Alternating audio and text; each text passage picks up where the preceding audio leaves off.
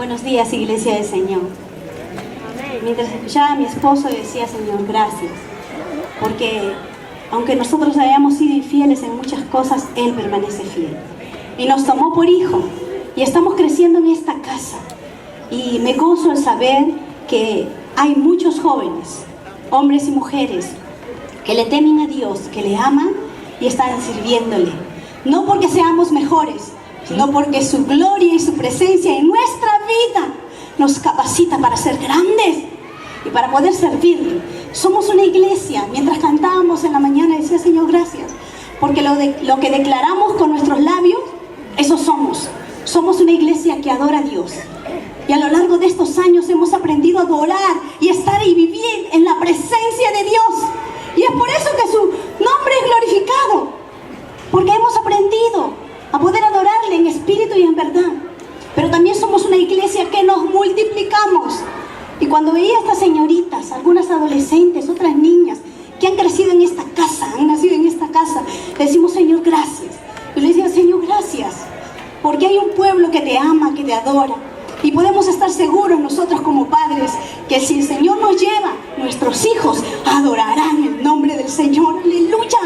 ¡Qué bueno es saber que estamos en este lugar y no estamos solos! Que Dios está como poderoso gigante y Él ha prometido en su palabra estar con nosotros todos los días y bendecir nuestra casa, nuestro hogar y nuestra generación. Sigue creyendo esa verdad y seguirás viendo la gloria de Dios en tu vida. Iglesia del Señor, vamos a dejar que la palabra del Señor, una vez más, nos hable de una manera personal. Busque, por favor, en su Biblia el Evangelio de San Juan. San Juan, capítulo 13.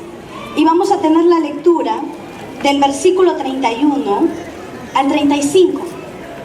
San Juan, capítulo 13, verso 31. Dice así la palabra del Señor. Entonces, cuando hubo salido, dijo Jesús, ahora es glorificado el Hijo del Hombre, y Dios es glorificado en él. Verso 32. Si Dios es glorificado en él, Dios también le glorificará en sí mismo, y enseguida le glorificará.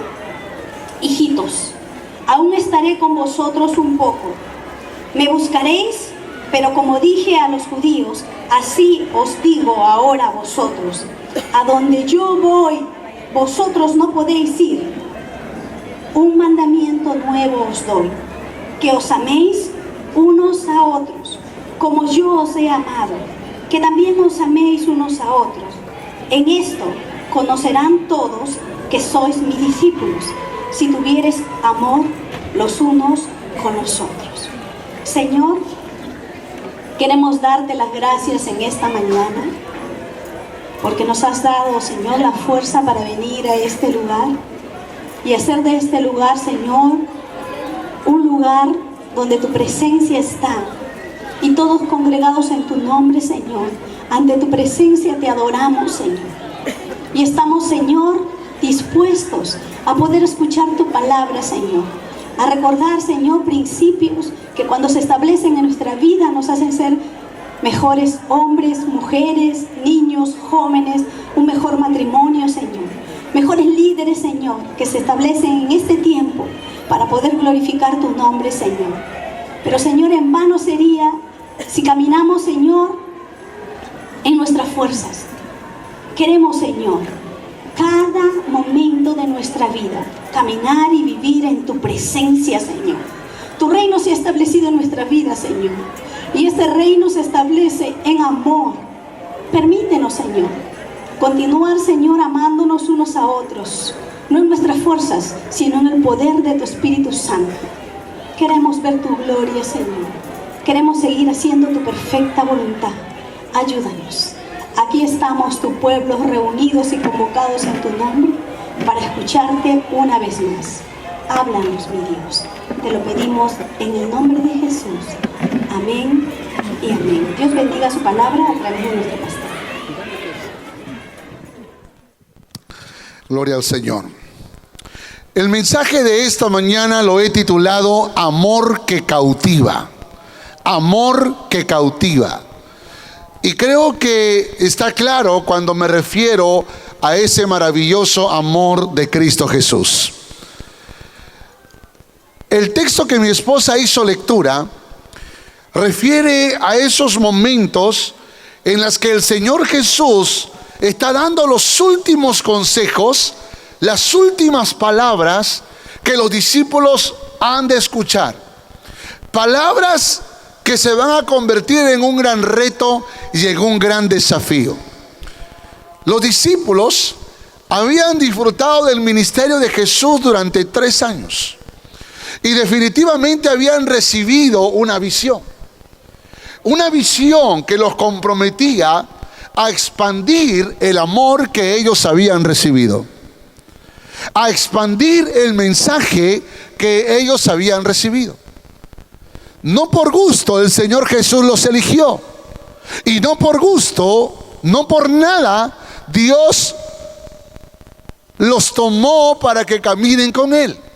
Había un plan, había un propósito, como también hay un propósito en lo que Dios está haciendo en tu vida. Al traerte a esta casa y al ser parte de esta iglesia, no hay duda de que Dios tiene un plan. Tú podrás decir, bueno, yo vine por mi propia voluntad. A mí nadie me obliga a venir, yo vengo porque yo quiero. Es así como tú piensas. Lo que tú no sabes es que esa motivación y ese deseo te lo puso Dios. No puede ser el diablo. Porque si el diablo te motivaría a ir a algún lugar, te puedo asegurar que no será a un lugar donde se ha de predicar el evangelio de Jesucristo. No será un lugar donde Dios te retará a comprometerte con Él. No hay duda de que por la razón por la que estás aquí es porque Dios te ha traído. Y cuando digo esto, lo que digo es que tú y yo tenemos que tomar conciencia de que nada sucede por casualidad. Todo es parte de un plan maravilloso. Dios tiene un plan para tu vida. Y Dios te ha convocado y ha puesto en tu corazón el deseo de ser parte de esta casa, porque quiere usarte para la visión que Dios nos ha dado. Tenemos una visión. Cuando fundamos esta iglesia, recuerdo que eso fue el año 98. Los primeros 7 años yo no era el pastor titular, yo era un pastor encargado. Recién después de los 7 años se establecería la asamblea de la iglesia y así elegirían por voluntad de la iglesia y de Dios finalmente si yo iba a continuar como pastor o no. Así que finalmente la asamblea se celebró y tuve el honor de continuar el pastorado. Y luego vino una segunda asamblea y por esa razón sigo siendo el pastor de esta iglesia. Y para mí es un honor y será un privilegio ser el pastor de esta casa hasta que el Señor lo decida. Pero déjeme decirle algo. El año 2004, cuando se celebró la asamblea, le dije, Dios, si tu plan es que yo continúe en esta casa, entonces dame una visión. Si tu deseo es que yo continúe en este lugar, por favor, dame una visión para esta iglesia. Y la visión que hoy tenemos no es una visión que Dios me dio a mí. Es una visión que Dios le dio a la iglesia. Como pastor responsable, no hay duda de que yo tuve que recibir esa visión para compartirla a la iglesia. Pero no es la visión que Dios le dio al pastor Antonio, es la visión que Dios le dio a la Iglesia Alianza del Cono Norte del Callao. Cuando, si es que es la voluntad de Dios, yo tuviera que ir a otro lugar a pastorear, yo no voy a llevarme esta visión y decir, bueno, me llevo mi visión porque Dios me la dio a mí, porque esta visión no es mía, sino es y para la iglesia del Cono Norte del Callao. Así que desarrollamos una visión por 10 años, que en los próximos 10 años fundaríamos 7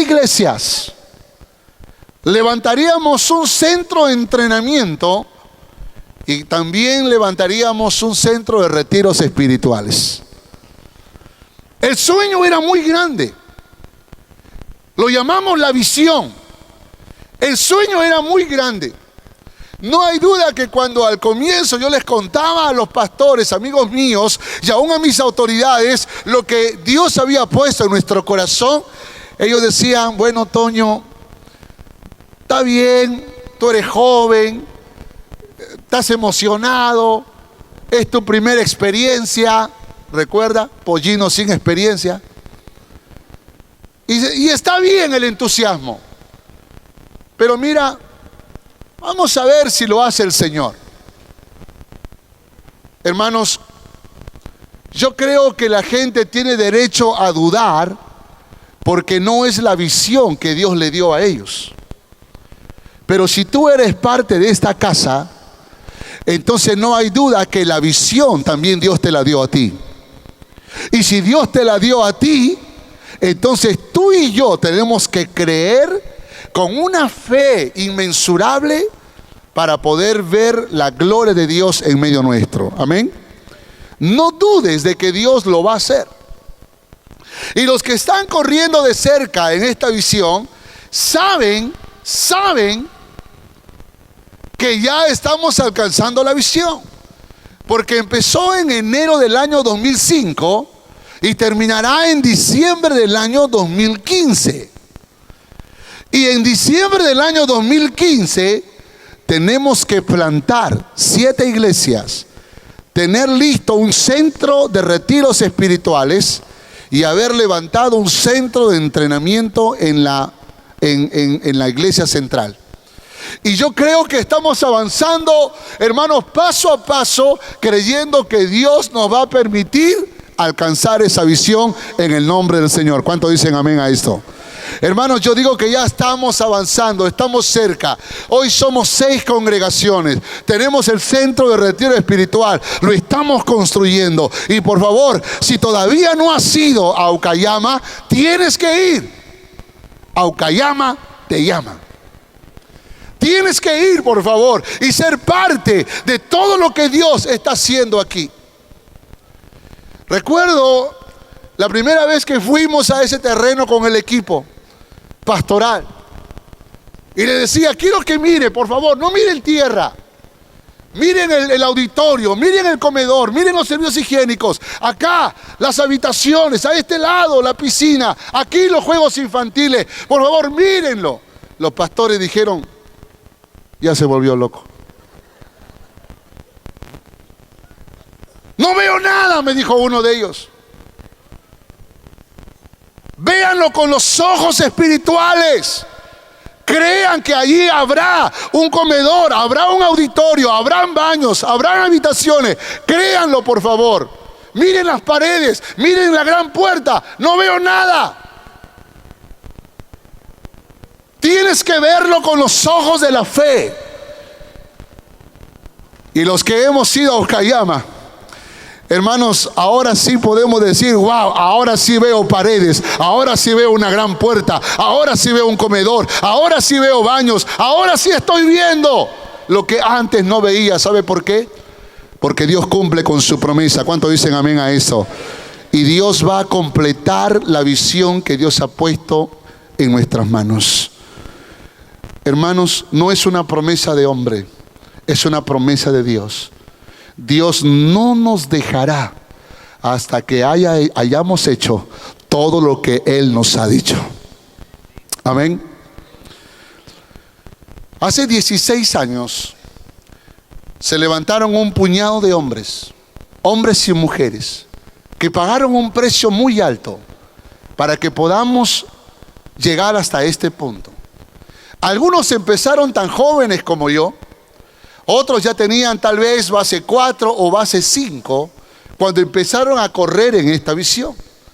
Después de 16 años, no hay duda que algunos ya no tienen la fuerza que antes tuvieron. Entonces, algunos de ellos se me acercaron y me dijeron, pastor, ha sido un honor apoyarte hasta este momento. Pero mírame, ya estoy viejo. no puedo correr contigo, pero voy a orar por ti, voy a pedir a Dios por tu vida. Voy a clamar al cielo para que Dios te dé las fuerzas y para que tú sigas adelante en esta visión que Él te ha dado. Pero por favor, ya estoy viejo. Usa a otro más joven que yo. Y hermanos, me di cuenta que aunque las personas cuando van avanzando en los años van teniendo más sabiduría y deberían convertirse en los maestros de la iglesia, necesitamos una nueva generación que se pueda levantar y colocarse en la brecha. Hombres y mujeres, tal vez en la mejor edad que puedas tener, entre los 30, los 40, los 50, que puedas involucrarte en la obra, que puedas involucrarte en el ministerio y que puedas ver cómo por el esfuerzo que tú haces delante del Señor y para Dios, puedas ver los frutos de tu trabajo, los frutos de tu esfuerzo.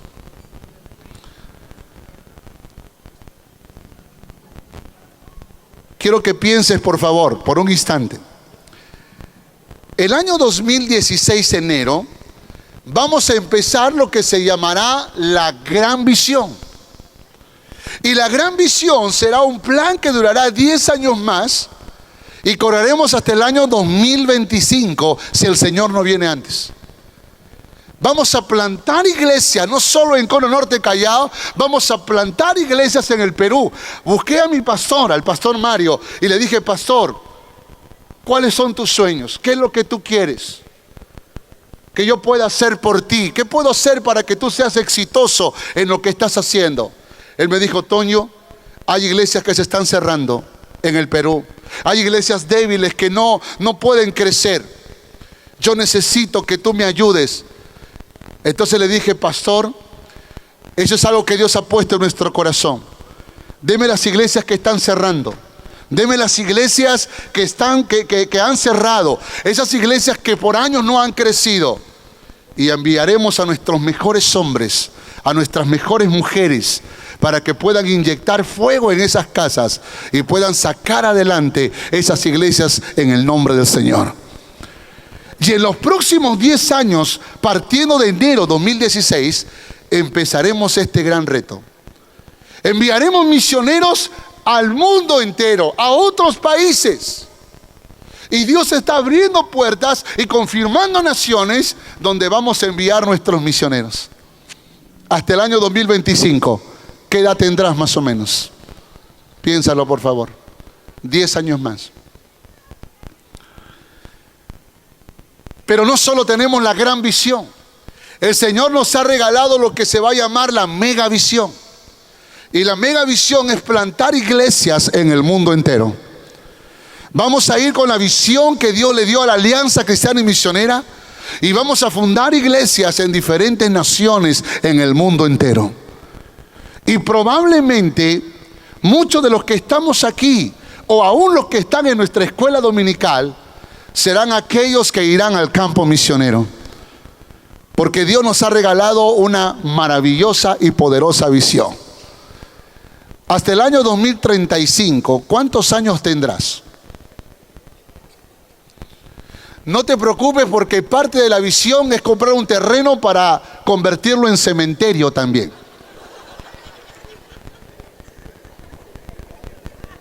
No, imagínate, los héroes de la fe, todos juntos en un mismo terreno. Así que si te has comprado nicho en otro lugar, olvídate, porque vamos a tener nuestro propio cementerio de héroes de la fe. Solo si eres héroe, ¿eh? Somos parte de una gran visión. ¿Cuántos dicen amén? Dile que está a tu lado: somos parte de una gran visión. Somos parte de una gran visión.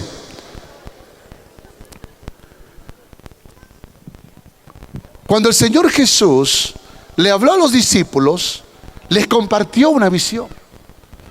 Les dijo a los discípulos que Él había venido con un propósito, que la razón por la cual Cristo había venido era para redimir al mundo. ¿De qué manera les habría hablado el Señor Jesús que esos 12 discípulos fueron los instrumentos que trastornaron no solo la ciudad de Jerusalén, sino que después de obedecer al mandato, a la gran comisión, impregnaron la pasión en docenas, en cientos y en miles de personas que se expandieron por el mundo entero. Hoy somos alrededor de 1.500 millones de personas que han nacido de nuevo en Cristo Jesús en el mundo entero.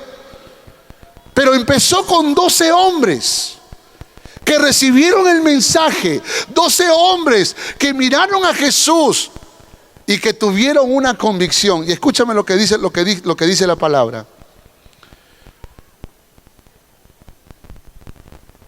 Dice: un mandamiento nuevo os doy. Hay un mandamiento que voy a poner en sus corazones: que os améis unos a otros. Y la pregunta que los discípulos se estaban haciendo es: ¿cuál es lo nuevo de amarse? Si desde que nacimos todos sabemos que tenemos que amarnos. Pero el mandamiento dice esto: amaos los unos a los otros como yo os he amado. La novedad o lo nuevo de este mandato no era que se amen solamente, sino que se amen con un amor entrañable como el amor de Cristo por los discípulos. Y cuando pensamos en el amor de Cristo, entonces ya cambia nuestro concepto de amor. Porque probablemente nosotros definimos al amor como un sentimiento que se da cuando se recibe, ¿sí o no? Un día hablé con una mujer, le dije: ¿amas a tu esposo? No, dijo ella.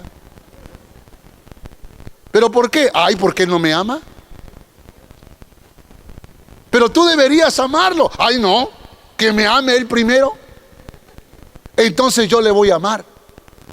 Porque ese es el amor que nosotros hemos definido. Es un amor, es un sentimiento que lo damos cuando lo recibimos. Por eso es que las personas son amables con las personas que son amables con uno, ¿sí o no? Pero si alguien te trata mal, ¿cuál es tu reacción? ¿Es de amor? Cuando alguien te humilla, cuando alguien te calumnia, cuando alguien habla mal de ti, cuando alguien hace algo que te duele, cuando alguien te traiciona, cuando alguien está pensando mal de ti y su mirada te dice que está pensando mal de ti, entonces pregunta: ¿cuál es tu reacción? ¿Cuál es tu actitud?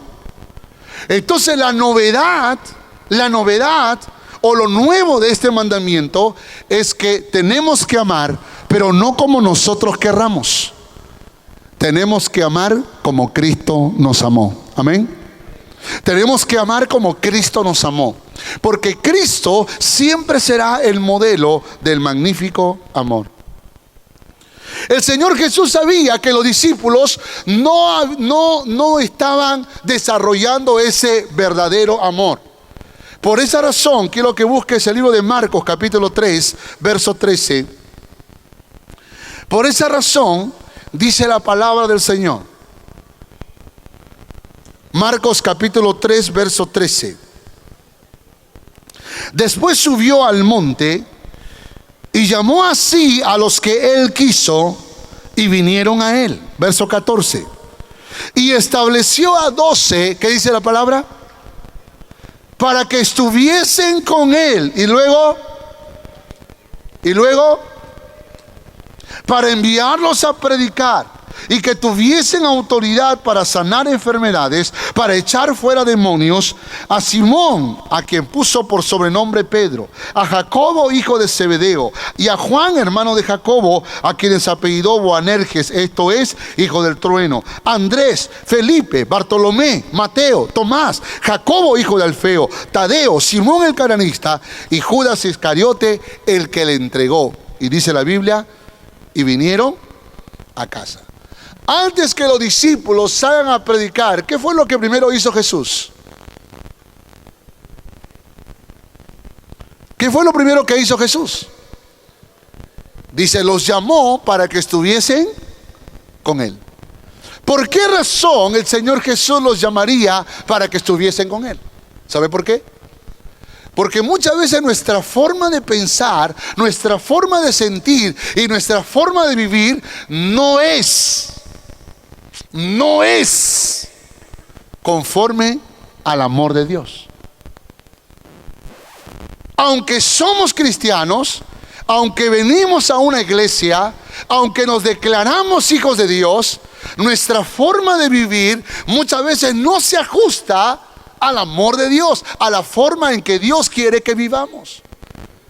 Ahora, alguien podría decirme, pero pastor, ¿quién es perfecto? A ver, dígame, a alguien, pastor, a alguien que nunca falla, una mujer, un hombre que nunca falla.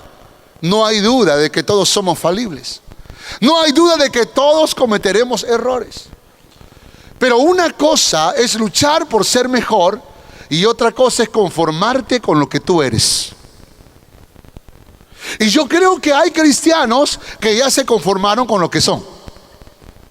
Hay cristianos que ya no van a avanzar más. Hay cristianos que dicen, bueno, ya, muchos cambios, hasta aquí llego, acá me planto. No voy a avanzar más. Ya no quiero tener más misericordia, ya no quiero perdonar más, ya no quiero ser más humilde, ya no quiero ser más amable. Hasta aquí está bien. Porque se aprovechan de mí, abusan de mí, me maltratan, hacen cosas que no me agradan y yo no quiero más esto.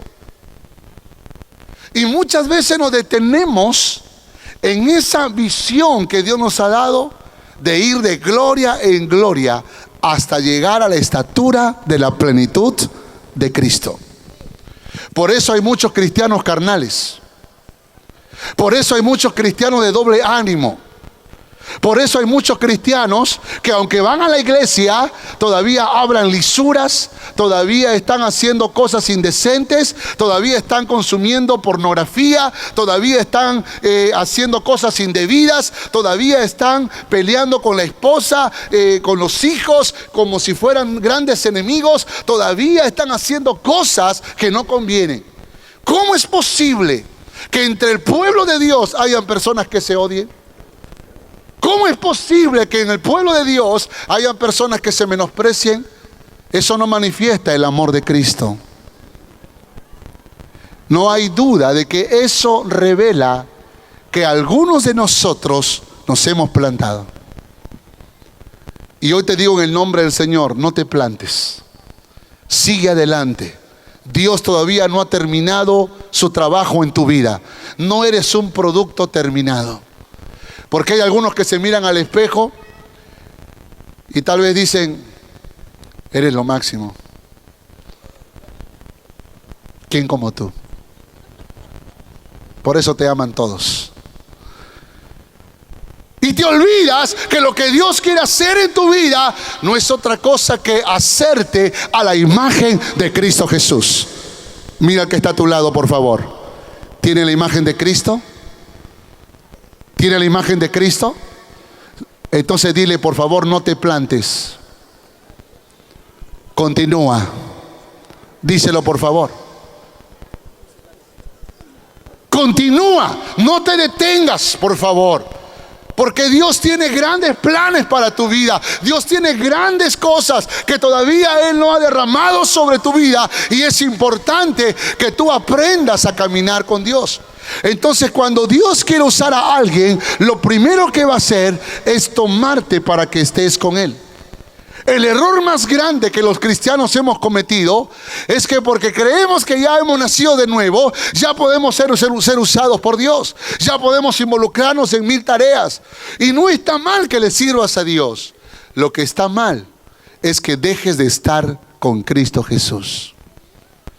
Porque los que dejan de estar con Cristo no seguirán creciendo, seguirán teniendo malas costumbres, seguirán actuando indebidamente, seguirán pensando erróneamente, seguirán haciendo cosas que no agradan ni glorifican a Dios, y por lo tanto el nombre de Dios será blasfemado entre los que no conocen a Cristo por causa de nuestras acciones carnales. Y yo te digo en el nombre del Señor, tú y yo tenemos una gran responsabilidad. Y es que podamos irradiar el amor de Cristo. ¿Cuánto dicen amén a esto? Irradiar el amor de Cristo. El Señor Jesús dijo, no, estos 12 tienen mucho entusiasmo, pero su corazón no es conforme a mi corazón. Y los llamó para que estuviesen con Él. Quiero que vayas al libro de Hechos, por favor.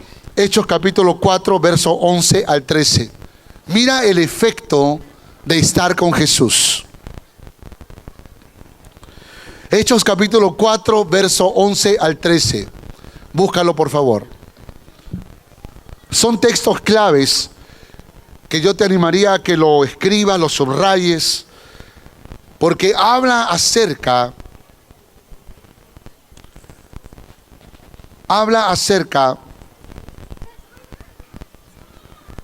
del efecto de estar con Jesús. Verso 11. Pedro, predicando, dijo: este Jesús es la piedra reprobada por vosotros los edificadores, la cual ha venido a ser cabeza del ángulo. Y en ningún otro hay salvación, porque no hay otro nombre bajo el cielo dado a los hombres en que podamos ser salvos. Entonces, viendo el denuedo de Pedro y Juan, y sabiendo que eran hombres sin letra y del vulgo, se maravillaban. ¿Y qué más dice la Biblia? ¿Y qué más? ¿Cómo? Y reconocían que habían estado con Jesús. A pesar de que estos hombres no eran hombres doctos, a pesar de que estos hombres no eran hombres de letra, a pesar que estos hombres no eran lo mejor de la comunidad, ¿cómo es que este Pedro y este Juan tuvieron el valor de pararse frente a una multitud y comenzó a predicarles y a hablarles acerca de las maravillas del Señor? ¿De dónde ellos aprendieron? ¿Cómo es que conocieron esto? ¿Cómo es que tenían tan claro quién era Cristo Jesús? Entonces los religiosos de su tiempo y la gente docta de ese tiempo, cuando vieron a Pedro y a Juan predicar con poder y con autoridad, ellos reconocieron que la razón por la cual ellos eran lo que eran es porque habían estado con Jesús. Y yo creo que todo aquel que aprende a estar con Jesús, a caminar con Jesús, ha de experimentar la gloria de Dios en su vida. ¿Cuántos de ustedes quieren ser mejores? ¿Cuántos de ustedes quieren tener unción en sus vidas? Poder del cielo, sabiduría de Dios. Por favor, no te equivoques. Tú me dices: pastor, yo estoy leyendo un libro cada mes. Y está bien, yo también lo hago. Pero eso no te hace sabio. Es importante que tú puedas investigar, que tú puedas estudiar. Claro que sí. Yo no me he detenido, hermano, sigo estudiando. Hoy estoy estudiando una maestría. Pero déjame decirte algo. Nada ha de reemplazar a priorizar estar en la presencia de Dios. Porque cuando aprendemos a caminar en su presencia, entonces hemos de ver la gloria de Dios en nuestras vidas. ¿Qué significa estar con Jesús? Estar con Jesús es aprender a amar su presencia. Estar con Jesús es aprender a amar su propósito. Estar con Jesús es aprender a amar su palabra. 3 cosas, se lo vuelvo a repetir. Estar con Jesús es amar su presencia. Estar con Jesús es amar su propósito. Estar con Jesús es amar su palabra. Cuando nosotros aprendemos a caminar con Jesús, cuando realmente aprendemos a estar con Jesús, lo primero que vamos a desear es amar su presencia, a disfrutar de momentos especiales con Dios, a orar, a buscar su rostro, a dejarnos envolver por tiempos de alabanza, de adoración. Esos momentos en los cuales tú te doblegas ante su gloriosa y poderosa señorío. Amar su presencia es lo que te va a llevar a buscarle en tiempos de ayuno, en tiempos de clamor, en tiempos de desesperación. Si he visto un peligro en muchos pastores, en muchos líderes, no solo en nuestra iglesia, hablo de la iglesia en el mundo entero, porque aunque no conozco muchas naciones, he ido a diferentes ciudades y algunas otras naciones donde me doy cuenta que hay muchos pastores y muchos líderes que han dejado de amar la presencia de Dios. Y amar su presencia tiene que ver con buscarle, con desear estar con Él, con anhelar estar con Él, con derramar mi corazón delante de este Dios maravilloso. ¿Cuándo fue la última vez que doblaste rodillas delante del Rey de Reyes y Señor de Señores? ¿Cuándo fue la última vez que te dejaste envolver por un tiempo de oración o de adoración o de alabanza? ¿Cuándo fue la última vez que mientras estabas en la presencia de Dios, tu corazón se compungió, te santificaste delante de Dios, hasta las lágrimas llegaste? ¿Cuándo fue la última vez que algo como esto sucedió? Entonces surgen aquellos que dicen: pero las emociones no tienen que ver nada. Ay, ¿para qué llorar? La lágrima no es señal de nada. ¿Quién creó las lágrimas? ¿Quién creó las lágrimas? ¿El diablo o Dios? ¿Y para qué las creó?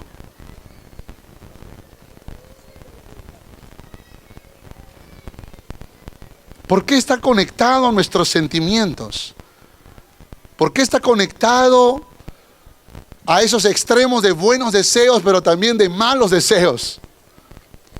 Es parte de nuestra vida. Y la razón por la cual hemos dejado de amar su presencia es porque hemos temido a ese toque. Porque cuando Dios nos toca, no solo toca nuestro cuerpo, no solo toca nuestro intelecto, también toca nuestros sentimientos. Y luchamos contra esto.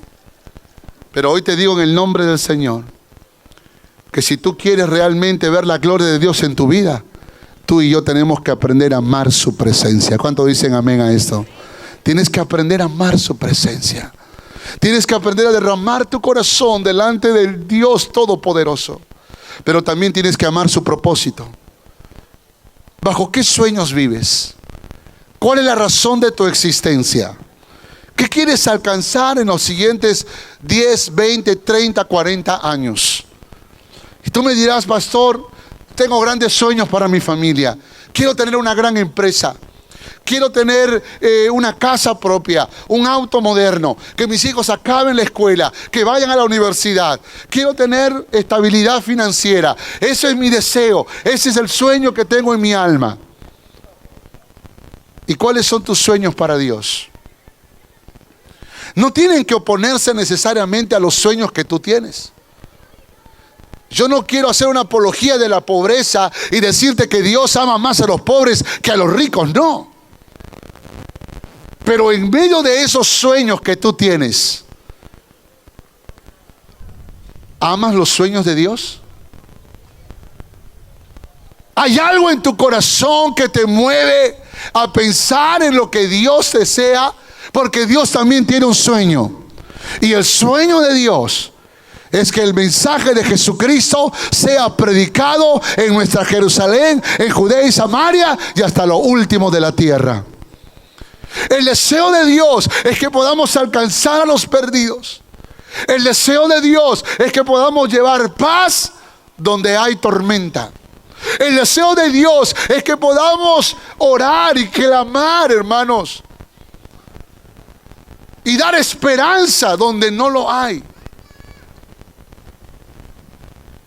Y tenemos que ser capaces de poder tomar conciencia de esto, envolvernos, involucrarnos, amados, en lo que es la visión de Dios. Hermanos, Dios llora por la pobreza que hay en el mundo. Y Dios llora por las guerras, por las amenazas de muerte, por los conflictos de guerra que hay en el mundo entero.